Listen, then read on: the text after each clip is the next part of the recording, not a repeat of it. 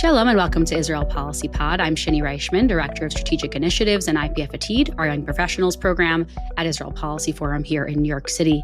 We have a great episode for you this week with Jacob Magid, U.S. Bureau Chief at the Times of Israel and former West Bank correspondent, which will be relevant in the later portion of our conversation today. We'll be discussing the status of the ceasefire in Gaza and the latest developments in Trump's 20-point plan, including today's UN Security Council vote on a resolution endorsing Trump's plan, along with recent developments relating to the Palestinian Authority reform and West Bank settler violence. All right, let's get to Jacob Magid.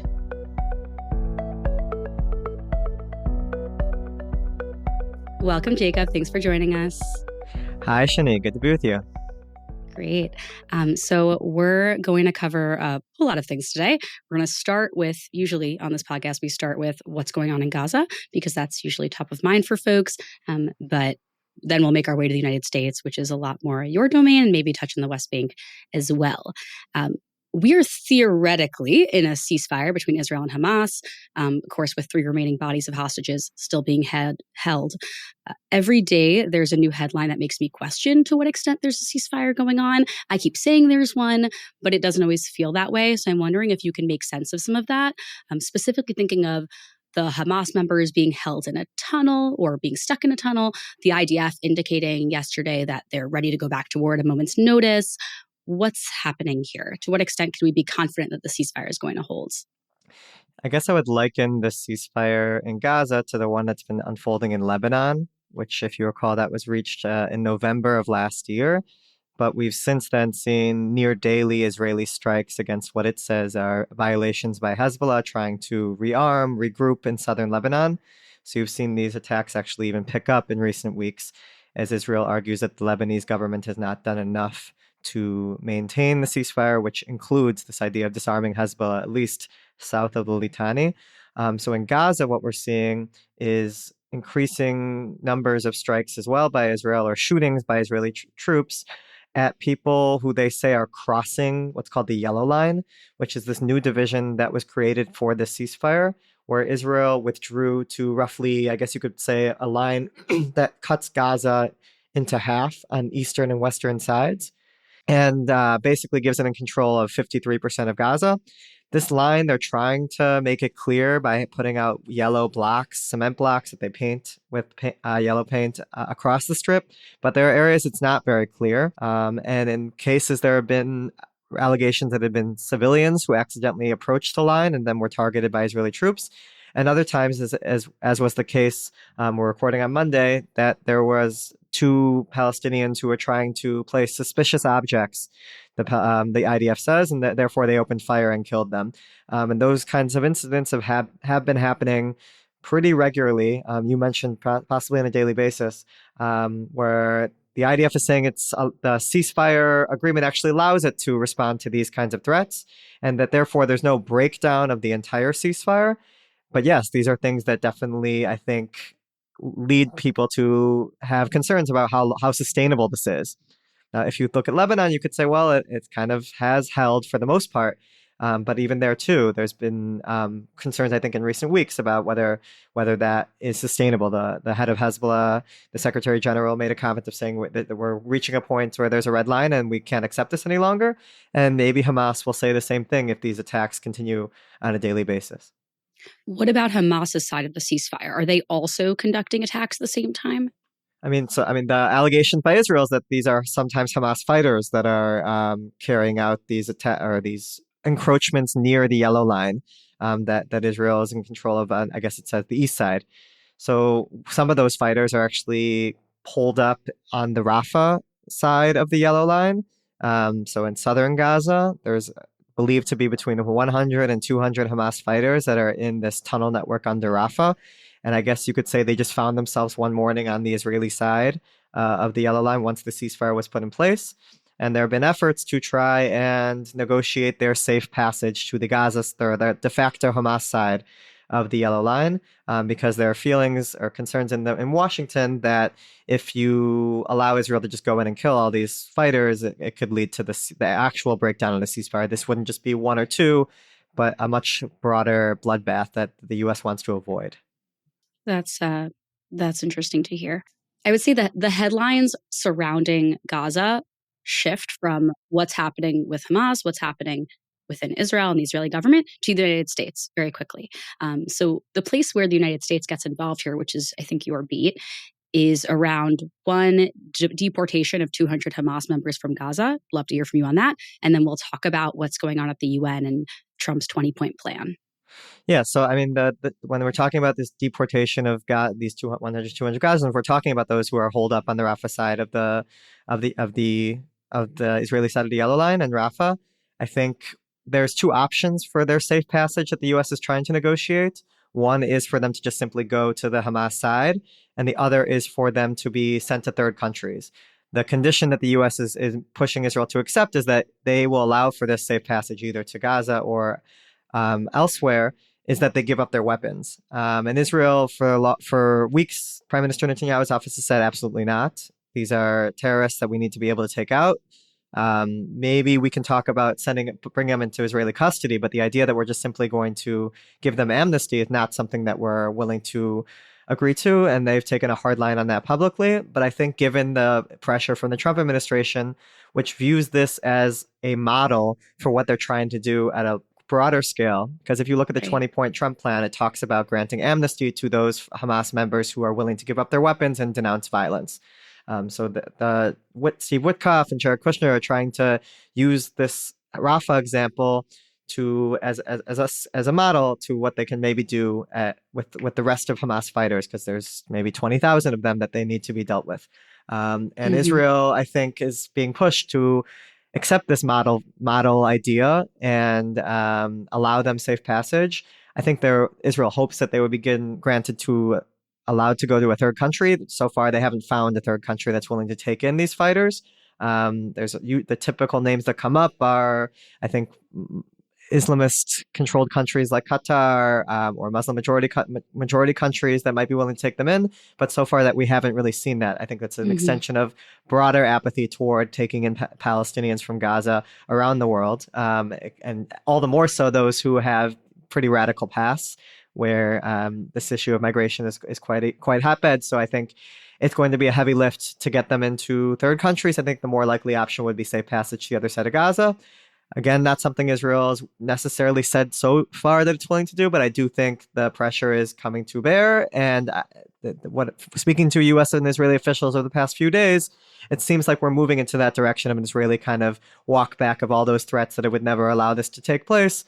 And given the U.S. pressure on this, that they will, I think, ultimately agree to some sort of compromise on this issue. Maybe it'll change in the coming days, but that was the direction that the winds were heading. As you said, in terms of countries wanting to accept this, they know this is sort of the tip of the iceberg. So if they agree to take in 200 Hamas members, what does that mean for the thousands who might be granted amnesty at the end of this plan, right? Yeah, that's a good point. I think people are thinking beyond just this one example. But your assessment is that likely, if Israel is to agree, there will be a willing partner to accept these 200 Hamas members? I think the officials I spoke with said the more likely scenario was safe passage to the Hamas side of the strip. Obviously, these things are fluid. And I know that Israel wants to see them outside of Gaza. And given that they're going to be compromising to begin with by giving them safe passage and not killing all of them or taking all of them into custody, it's possible that Israel will get what it's wanted, and the U.S. will have to find a third country to take these Palestinians in. I think there are quite a few countries out there, despite the comments that they make about the Palestinian issue, that do want to come into the Trump administration's good graces, and this is a pretty easy relatively way to do that, given that we're only talking about 100 to 200 members. Okay, that makes sense. Let's circle back to the 20-point plan. President Trump has presented this to the UN Security Council. He's trying to get them to vote on it. It seems that there are a couple barriers to it passing, especially because of who's on the Security Council. Tell me more about this. What are the details? Remind us a little bit more about the plan and what some of the sticking points are, and who are the countries that oppose it, who support it. Sure. So this 20-point plan was unveiled at the end of September by President Trump alongside Prime Minister Netanyahu in the White House. And Prime Minister Netanyahu actually accepted it verbally, including the amnesty for Hamas members that's in it. Yeah, there's an amnesty for Hamas. There's the potential. It says that once the Palestinian reconstruction is underway and once the PA has completed its reform program, that maybe the the stars will be settled for a Palestinian state to be eventually created. It's very murky about when that will happen, but it's in there. It talks about a political horizon for the Palestinians. It talks about, at the very end, that the U.S. will facilitate negotiations between Israel and the Palestinian Authority. So things that we haven't necessarily seen come out from this Trump administration that's been wary to use the term two-state solution, at least in this term. We're seeing that in this document. And it goes in the first part, I guess the first 5 or 6 points focus on the initial ceasefire. And then the rest is looking forward about how Gaza will be managed. So it talks about that there'll be this board of peace that will oversee, it will be run by President Trump, and it will be overseeing the Palestinian technocratic government in Gaza, which will be unaffiliated to any either Hamas or the PA. And they'll be basically tasked with creating makeshift ministries that run Gaza, and they're overseen by this board of peace that will include Tony Blair, the former UK prime minister, is named in this document, and other major world figures, possibly Palestinian or Arab ones as well. And then you'll have, working alongside the Board of Peace and the technocratic government, this ISF, the International Stabilization Force, which will be made up of troops from countries around the world. And they will be tasked with maintaining order in the Strip, helping secure humanitarian aid, helping secure the borders, but critically also helping with the demilitarization of the Strip. And the concept of decommissioning weapons, meaning putting them away in a warehouse, away from the use of Hamas fighters, getting rid of terrorist infrastructure. So these are the kinds of things that Israel really wanted to see, and Trump made sure that they were in this plan, or at least you could say Jared Kushner and Steve Witkoff in this case.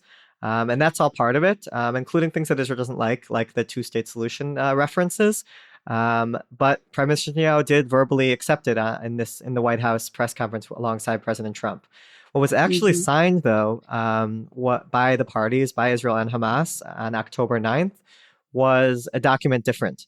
And that had to do just specifically with the ceasefire, the initial ceasefire, the hostage prisoner swap terms, the humanitarian aid provisions, and the initial IDF withdrawal or pullback to that yellow line. It doesn't get into any of the other points of the Trump plan, and actually the wording is different regarding the points that it does discuss. So that's what was actually signed. Nobody actually did sign this 20-point plan. There were parties that, given, I think, some of the discomfort with some of the phrasings that didn't go far enough on Palestinian statehood, you saw countries come out and say that they welcome Trump's efforts. They wouldn't specifically endorse this plan. But one of the goals of this UN Security Council resolution that's supposed to be voted on later today is actually to basically enshrine the Trump plan into some sort of international legal status by making it a resolution. It's actually the whole text of the 20-point plan is an annex in this resolution that the U.S. is trying to pass. And the goal of the resolution, yes, is to talk about the Trump plan is great, but specifically to say we want to give the international mandate, the legal framework that countries are asking for in order to in order to contribute troops to this ISF, this International Security Stabilization Force, because there's a concern that if this is just there's no clear framework for it, then it could be up to the whim of the parties in general that are sending troops, or that Israel will be able to have a lot of control of the U.S. But if it's a part of a UN structure, then countries might be more willing to cooperate with it. So that's what the Security Council resolution is aimed at addressing. And the vote isn't supposed to be in several hours, and diplomats I've spoken with on the council do feel like it's likely to pass. Question will be whether actually you get countries to join the ISF once it's theoretically created. So Russia and China, they're both seem on board. So Russia did try to put forward a alternative resolution on Friday that kind of momentarily derailed the effort. And it got more into detail about the need for a two-state solution and Palestinian statehood. But it was quashed pretty quickly. There's enough U.S. pressure on various countries involved. And the fact that the U.S. also doesn't have the very tense relationship that it had with Russia during the Biden administration, I think these countries are less, and China is a little bit different of a story, but also is seen as likely on board. What's possible is that you could see countries abstain, like Russia, like China, or Algeria, which leads the Arab group in the Security Council and definitely more hostile to Israel. But as far as an actual veto, at least currently, I think the idea is to bring this to a vote because they feel that the U.S. feels that it has enough support for it to pass. It won't be unanimous, but there won't be any vetoes from the permanent Security Council members that would prevent it from actually going through. That's at the moment. We're talking at 10:30 a.m. on Monday. Mm-hmm. So I guess we'll see if we're right on that. But I'm curious who would be part of this international stabilization force. Who are the countries that seem willing or seem like they could be pressured by Trump into being willing partners? Yeah, I think if you if you listen to President Trump, everyone wants to be a part of this and wants to be involved in the demilitarization of Hamas. That's Yes, not what I'm hearing. everyone's willing to send troops to Gaza. That's what Exactly. I'm hearing everywhere. So I think there had been initial hope, especially from Israel, that those who would be involved in it would be countries like Saudi Arabia or the UAE. But Arab countries or Egypt as well have been much more adamant about conditioning their involvement on a PA role, and also on this not being a demilitarization effort, that they want this to be a peacekeeping force, not a peace enforcing force.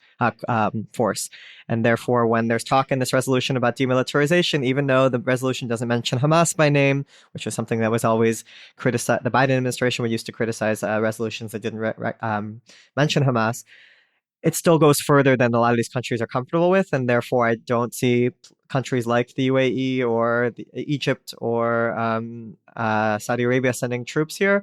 What the names that have come up have been Muslim majority countries like Azerbaijan, Indonesia. Indonesia has been the most vocal and the only one publicly to say that they want to send troops. But even in their case, they're talking about it being a peacekeeping force that helps secure aid, helps secure borders, helps with law and order, but doesn't get into this idea of getting into kinetic combat with Hamas. I think what the U.S. is trying to do is negotiate some sort of disarmament deal, an amnesty deal with Hamas, so that they don't actually need to go into combat with the ISF. That's going to be a very heavy lift. I mean, Steve Witkoff talks about that during this very historic meeting he held with Khalil al-Hayya and Jared Kushner at the final hours of the negotiations on October 9th, that Hamas told him that they're willing to disarm. That would be the first time ever that Hamas has said that, but maybe they did in this meeting, and maybe that's why one of the reasons this deal was able to be brought across the finish line.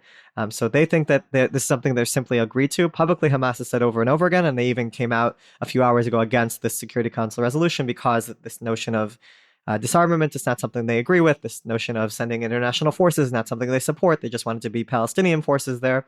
So I think there's likely going to be issues with this over this issue of disarmament, but not enough to derail, I think, the passing of the resolution, at least. I think you could see still countries maybe ultimately willing to send troops, but again, the idea that they're going to go further and actually try to steal away weapons from Hamas seems like a little bit more difficult of a task for them to bear. Sure. I remember over a year ago, Jordan and Egypt mentioning boots on the ground, but it was in a very specific context. And a lot of this hinges on the Palestinian Authority's involvement, which is a great segue for us. Israel Policy Forum is a policy organization rooted in the Jewish community. Our mission is to build support for a secure, Jewish, democratic Israel through a viable resolution to the Israeli-Palestinian conflict, advancing pragmatic U.S. policy towards the conflict, U.S.-Israel relations, and regional diplomacy among policymakers and community leaders. We promote policy measures endorsed by credible security experts, develop analysis and commentary, and convene programs that engage and educate leaders across the political, denominational, and generational spectrums. Our Young Professionals initiative, IPF Atid, works to elevate the discourse among next-generation leaders by building community and facilitating engaging programs related to Israeli-Palestinian affairs. To learn more about our work, visit us online at israelpolicyforum.org and follow us on social media. If you rely on Israel Policy Forum for credible and nuanced analysis, please make a tax-deductible gift today at ipf.li/supportthepod or at the Support the Show link in the show notes. A lot of the future of Gaza relies on having a legitimate Palestinian leadership.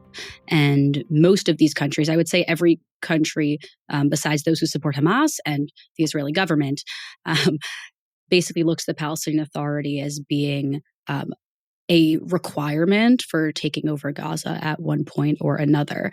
That hinges on a lot of reforms to make them legitimate, not just to all of the other countries, not just to the United States, not just to Israel, not just to the European Union and the UN, but also to Palestinians themselves. So thinking about how do they gain credibility with their own people, which has a lot to do with corruption and authoritarianism. And then, of course, incitement of violence and terrorism, which is top of mind for the U.S. and Israel in particular. And at Israel Policy Forum, we've released a report specifically on PA reform, what we think is necessary, that I'll link in the show notes. But I'd like to ask you where we are at on this, because there's been a lack of clarity around martyr payments in particular, which is something that I've been thinking and talking about for 10 years, and the community, our Jewish community, has been really concerned about for a very long time. There were reports months ago of Abbas saying that he was ending martyr payments to the families of terrorists. But there seems to have been a lack of clarity that he's requested the State Department to come certify that it's been finished. The State Department has not yet responded to this request, it seems. So tell me where that is now, and also name, you recently reported, I think last week, about exactly this, about Abbas firing a finance minister for continuing to pay for slaves. So tell us about that. Yeah, definitely an issue that's lingered throughout the Israeli-Palestinian discourse for quite a bit of time, at least in the West. And I think it was something that the Biden administration tried very hard to get the PA to scrap this martyr payment system. It's dubbed by critics as pay to slay because it conditions the stipends, these welfare payments to prisoners based off of the length of their sentence. And so that's seen as incentivizing attacks on Israelis, given that the more harsh your sentence, the more money you're likely to get from the PA in these stipends that they come in every month. So the Biden administration tried, and I think they did make a lot of progress. And basically, the PA agreed in principle to roll out a reform that would basically condition the payments instead on the length of service, that actually on someone's socioeconomic status. And there would be all these different criteria that they would have to meet in order to receive payments on a monthly welfare payments on a monthly basis. So basically turning it into a proper welfare program. The PA, I think, due to their frustration with the Biden administration, decided to hold off on announcing it and waited until President Trump was in office, feeling that a lot of countries were doing this, feeling like they are giving President Trump a gift and doing it on his behalf rather than doing it before he enters office. There was initial excitement, I would say, from the U.S., and they called it a big win. When President Abbas signed this decree in February. So it wasn't just reports. He actually signed a decree that canceled the old system and put in place a new one that I just talked about in terms of properly adjudicated welfare payments. The U.S. said that we welcome this as a big win for Trump. But then shortly after, I think there were more hardliners within the Trump administration that said, wait, we want to see how this actually plays out. And we don't trust just what we're hearing or seeing in this decree. We want to actually see this new system in full flux. So the U.S. has been largely ignoring this issue for the past 6 months or so since the decree came out. As you mentioned, the PA tried to get the U.S. to come and certify that the new system is in place. I mean, the goal of this for the PA standpoint is not just international legitimacy, but there's also laws in the books in the U.S. that, as a result of the old system, it has triggered what's called the Taylor Force Act, which was passed during the Trump administration, that prevents direct payments to the PA from the U.S. as long as this old system of pay to slay is still on the books. So they're hoping is once the U.S. certifies that it's not the case anymore, that then they can start to receive, if not funding from the U.S. government to the PA directly, there are other more roundabout ways to go about getting that aid that will be easier to obtain once Taylor Force is found to no longer be triggered by the PA. So there's been months of the PA trying to implement this new system. They've rebranded an office that's called basically the Institution for Empowerment to head and be in charge of these welfare payments. Abbas put one of his main allies, Ahmed Majdalani, in charge of this new body, or this old new body. And they've been slowly taking in applications from Palestinians who are interested in this new welfare program. But they haven't really had the money to actually send payments out since they've finally set up the new program, because the PA is so cash strapped. The PA has been supposed to be receiving monthly payments, tax revenues, or I guess, income.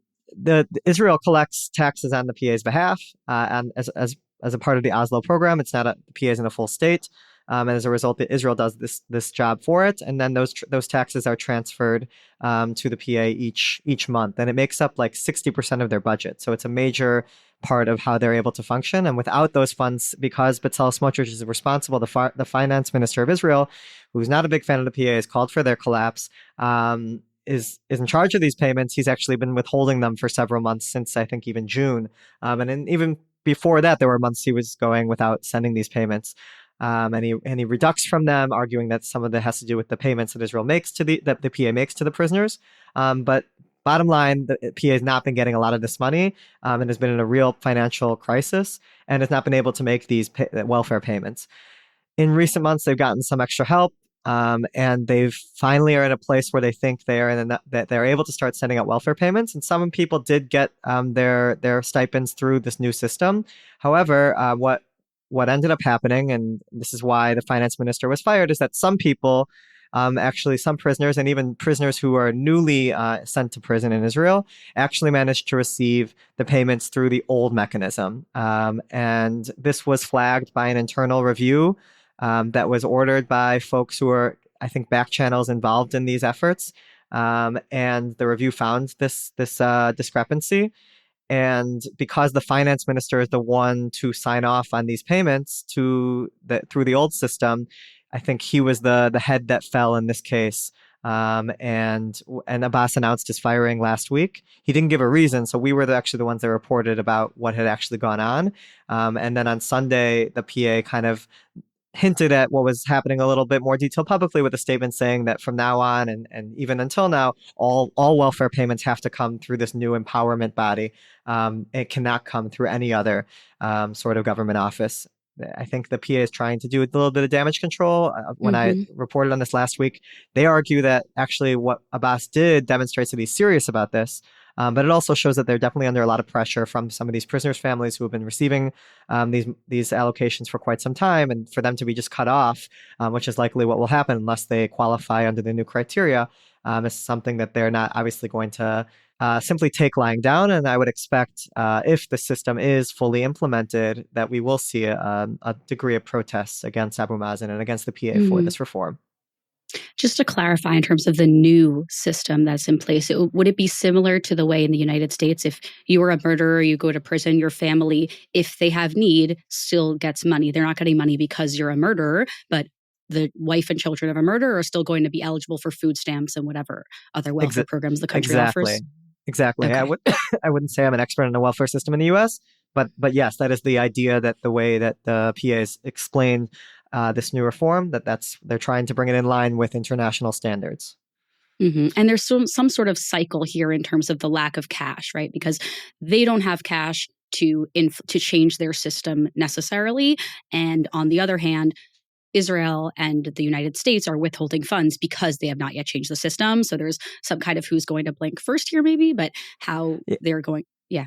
Tell me. Yeah, I think that yes, Israel is using that sometimes as a reason for why it's withholding some of these funds, but it also, I think Smotrich has been determined to weaken the PA in any way he can, and he's done that through various steps as finance minister, which is a really key position for giving him the tools to do so. Sometimes he's faulted the PA for the decisions by other countries to recognize a Palestinian state. Obviously, the PA is in contact with some of these countries, but it's the UK or France that made those decisions to recognize a Palestinian state. But Smotrich decided in response to punish the PA by using that as an excuse to withhold these funds over the summer when those announcements were starting to be previewed. So the PA is really kind of taking it from all sides. In addition to potentially, likely, I don't know how to ostensibly winding down pay for slay or ending martyr payments, is there any other evidence of reform in the Palestinian Authority that we should be looking at?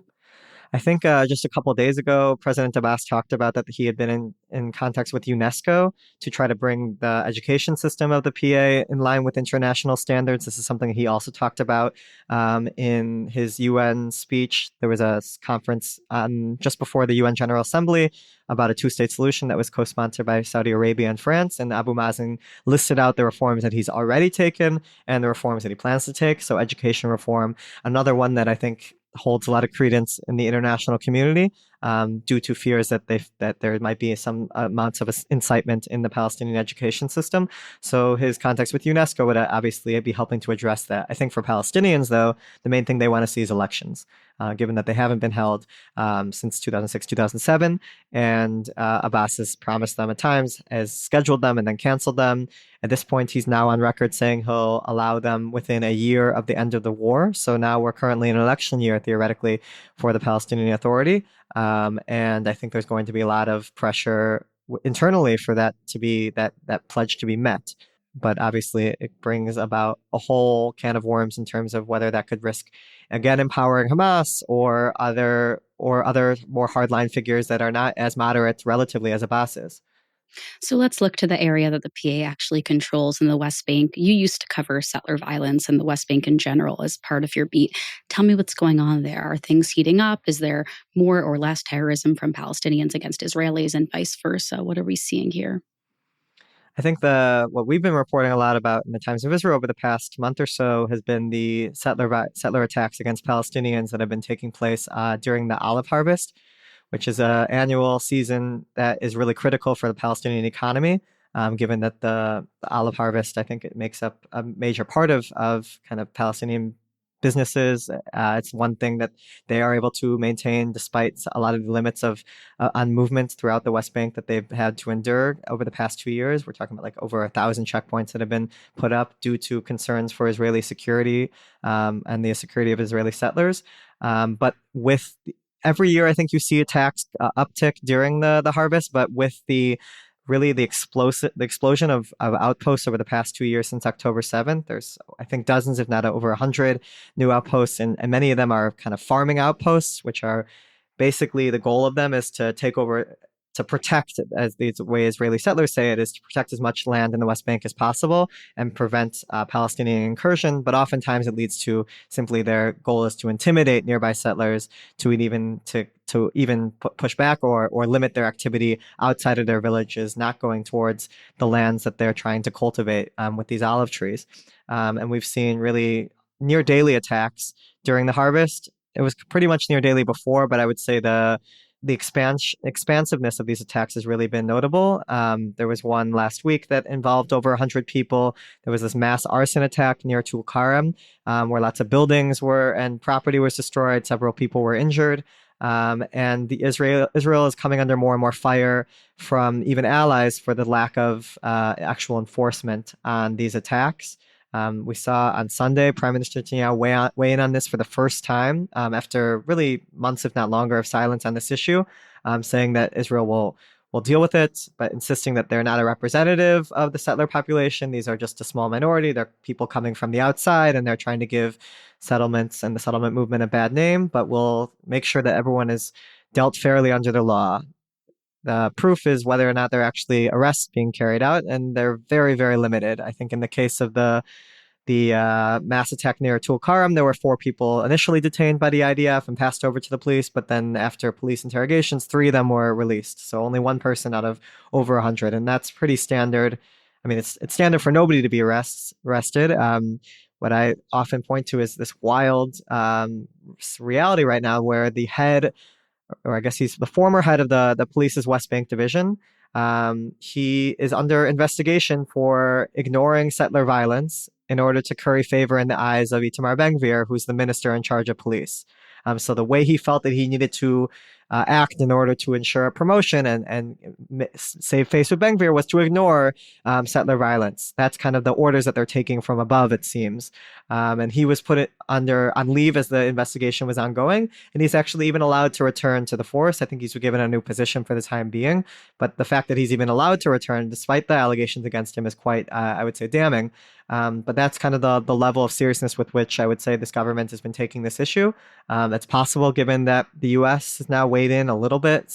Secretary of State Marco Rubio did talk about the issue when he was asked and said, well, we'd hope it doesn't cause the Gaza ceasefire to fall apart, and we don't think it will, but of course we're a little bit, we don't want to see those kinds of attacks happen. But he made a point of just praising Isaac Herzog, the president, and the IDF commanders who have condemned the phenomenon.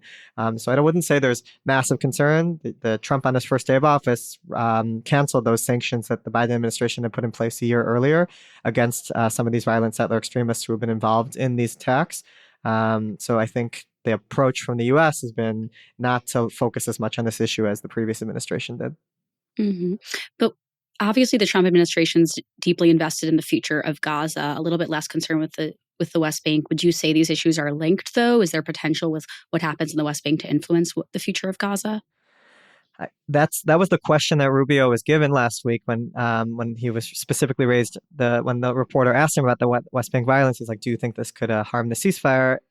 I think there's always concern that the violence in the West Bank bubbles over, but for a long time that hasn't happened. And those who have been constantly spreading alarm about the potential for a third intifada or just mass violence at a larger scale that we haven't seen, that hasn't proven to play out.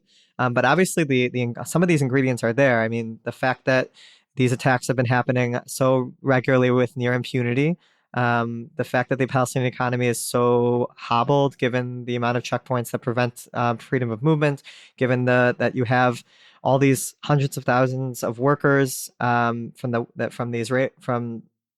PA that aren't able to work in Israel because of security concerns since October 7th. Those work permits have stopped. And then the public employees for the PA that haven't been able to get paid due to the withholding of the Palestinian tax monies that haven't gone in. So there are really challenging conditions that the PA is dealing with.